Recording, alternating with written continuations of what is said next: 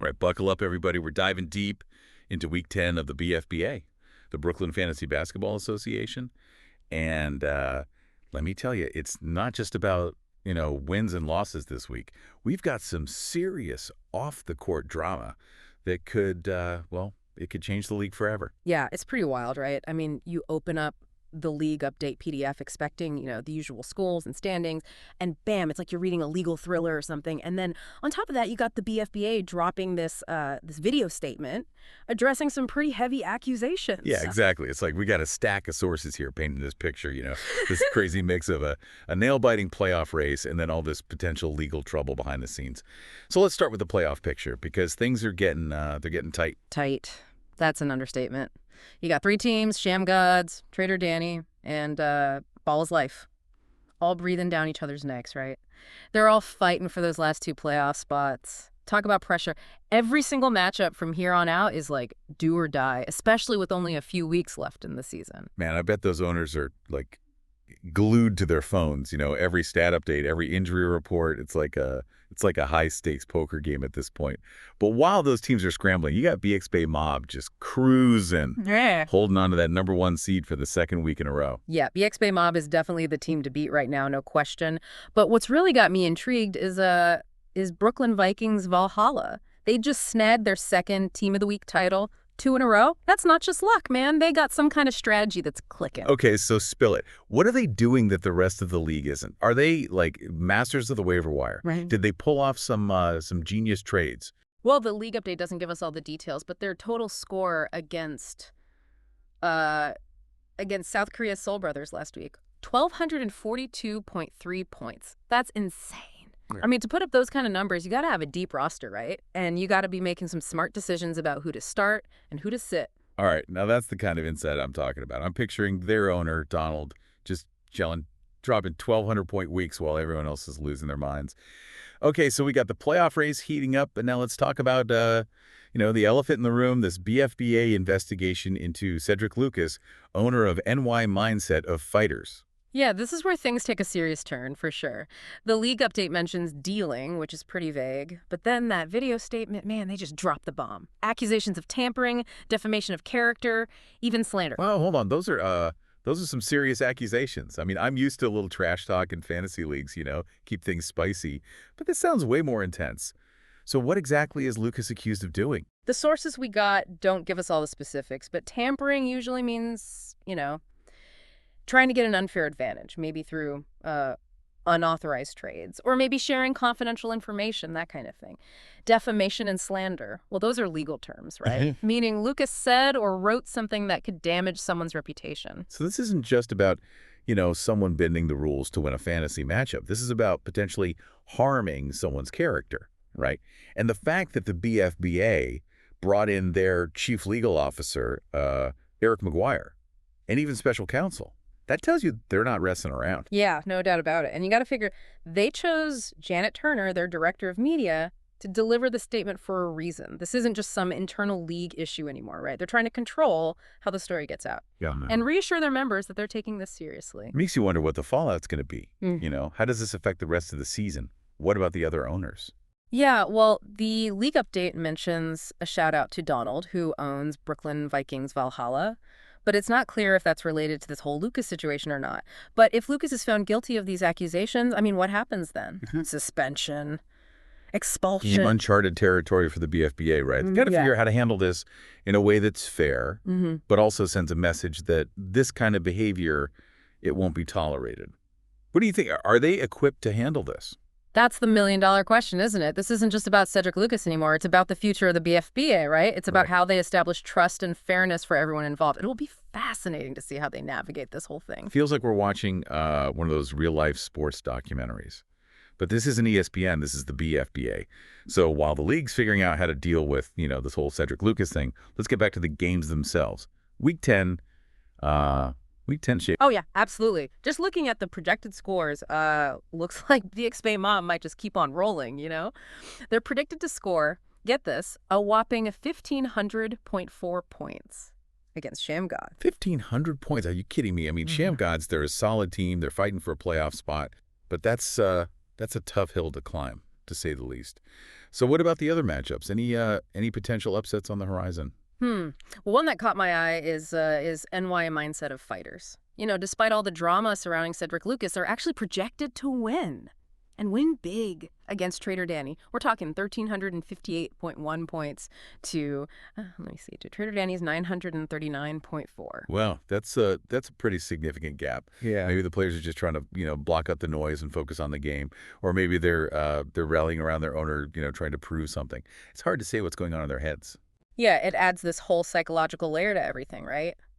Are they playing harder because of everything, trying to distance themselves from the controversy? Or are they feeling like extra pressure, knowing every move they make is being scrutinized?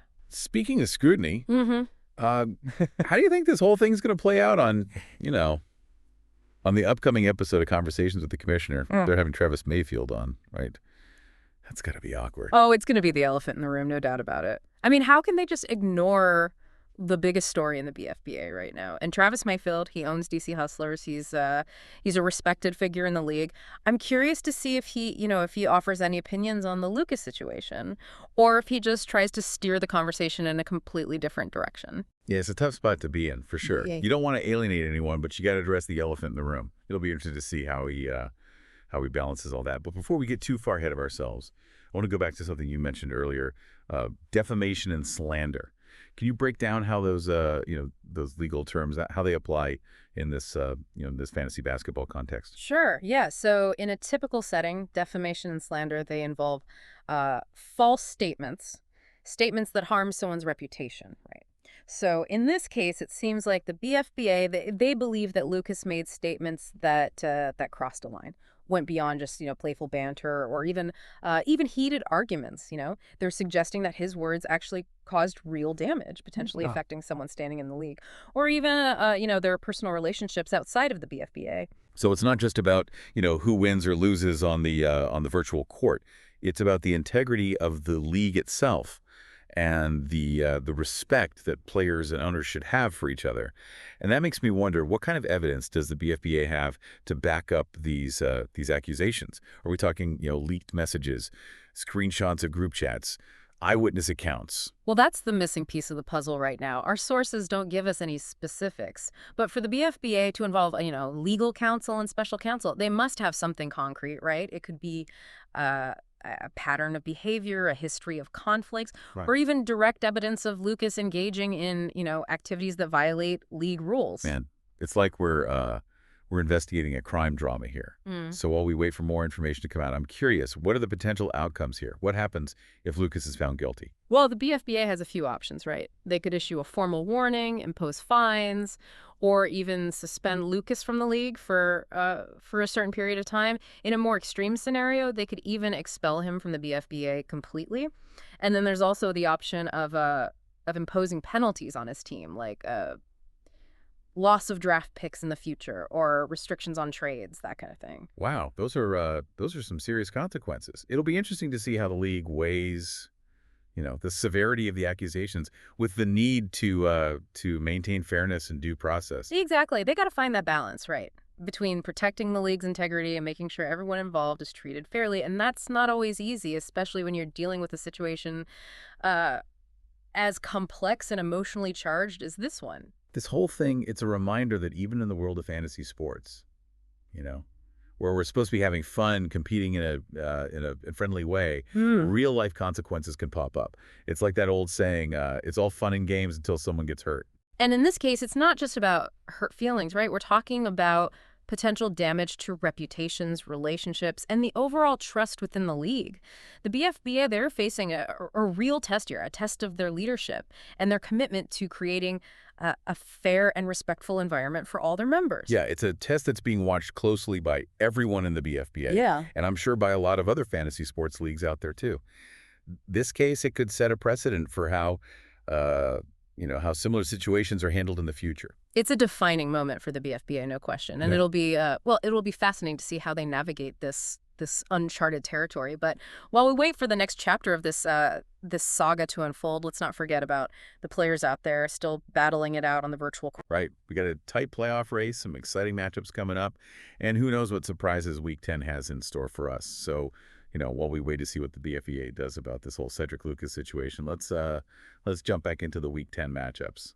Mhm. There are a few that are, well, they've really caught my eye, especially with, the playoff race being so close. Oh, yeah, for sure. One I'm really curious about is Brooklyn Vikings Valhalla going up against Shake and Bake 2.0. Yeah. Both teams have been putting up some serious numbers lately, and this could be like a preview of a potential playoff matchup. Ooh, yeah, that's a good one. Valhalla's owner, Donald, he seemed to have a knack for putting together a winning team. And on Chicken Bake 2.0, they've been quietly climbing the standings. What do you think? What's going to be the key to this matchup? I think it might come down to depth. Valhalla, they got a consistently strong roster top to bottom, while Shake and Bake 2.0, they've relied more on a few star players. So if those stars have an off week, it could be tough for them to keep up. But if they're on fire, they can definitely pull off the upset. Yeah, it's always interesting to see how those different strategies play out. Some owners, they like to go for that balanced approach, while others, they put all their eggs in one basket, hoping for those explosive performances.